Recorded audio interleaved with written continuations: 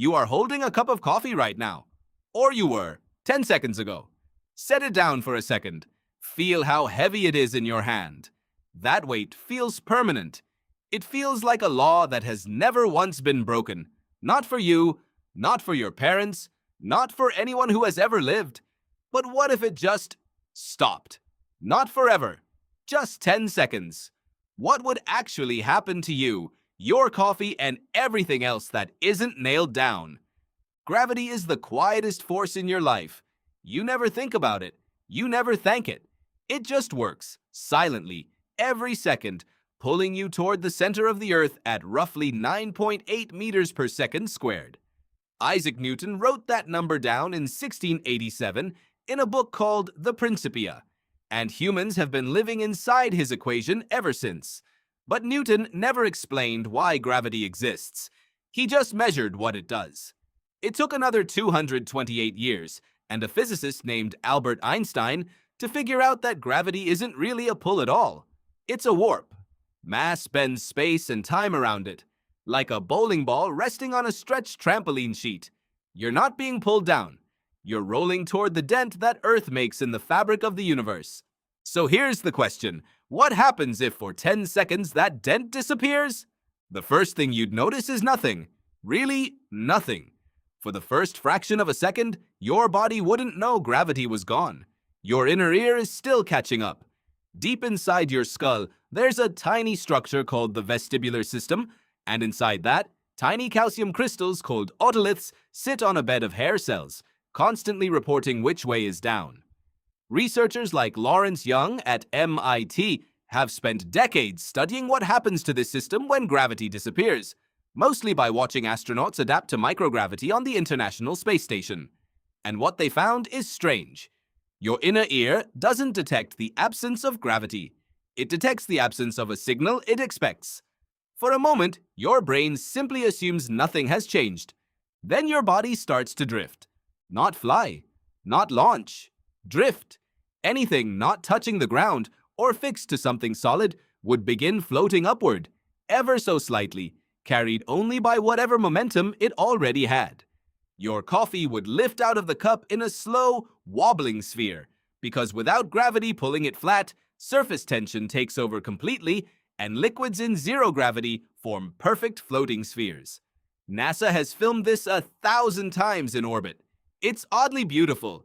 It's also about to be a problem because your coffee is airborne, and so is everything else that was resting on a table, a shelf, or a countertop that wasn't bolted down.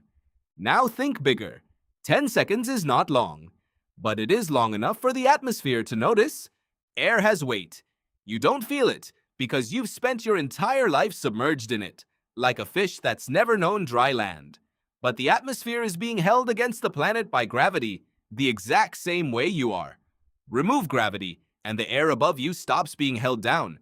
It starts to expand outward, slowly, like a held breath finally released. 10 seconds isn't enough for you to suffocate, but it is enough for the air pressure around you to shift just slightly. And if you've ever had your ears pop on a plane, you already know how sensitive your body is to pressure changes that most people never even notice.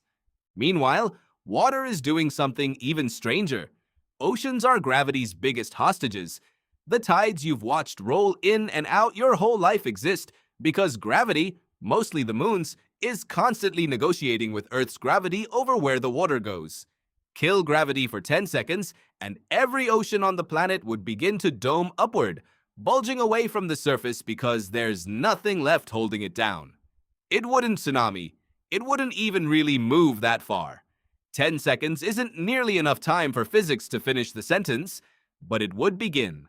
And then, 10 seconds later, gravity would return, and every drop of water, every human, every coffee cup, every molecule of drifting air would fall, all at once, all in the exact same instant. This is the part that should actually worry you. Falling isn't dangerous. Landing is. For 10 seconds, you and everything around you would have been rising, however slowly, however gently. The moment gravity switched back on, all of that upward momentum would reverse instantly, and you would fall back down from wherever you drifted to, at whatever height you'd reached. If you were standing when it happened, you'd probably only drop a few inches and you'd stumble, maybe fall over, mostly fine. But your coffee cup, now hovering near the ceiling in a lazy spinning sphere of liquid, would come crashing down from height, along with every book, every phone, every unsecured object in every room on Earth, all landing within the same fraction of a second. Researchers who study sudden onset gravitational stress, mostly through work on parabolic vomit comet flights used to train astronauts, have documented how disorienting even a few seconds of altered gravity can be. Multiply that disorientation by every person on the planet, all at once, and you get a very strange, very short, globally synchronized moment of chaos. Cars would briefly lose traction as the friction between tires and road changed. Planes in flight would feel a jolt as lift and drag rebalanced. Anyone mid-jump, mid-step, mid-anything would land wrong. And yet, here's the part almost nobody expects.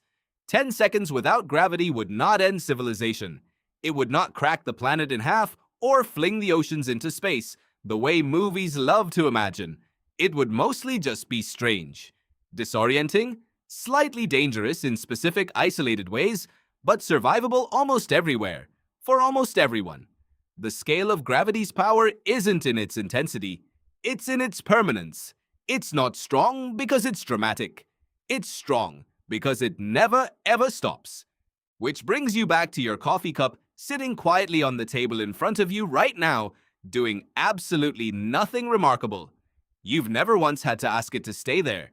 You've never had to think about why the liquid inside it doesn't float away, why your chair holds you instead of launching you into the ceiling, why an entire ocean stays exactly where it's supposed to be every single day, without fail, without asking for credit. Gravity is the most reliable thing in your entire life, and you've spent every day of that life completely ignoring it.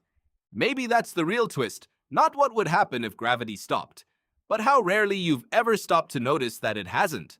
So the next time you set something down and it simply, quietly, obediently stays there, you might feel the tiniest flicker of gratitude for the invisible force doing the only job it's ever had.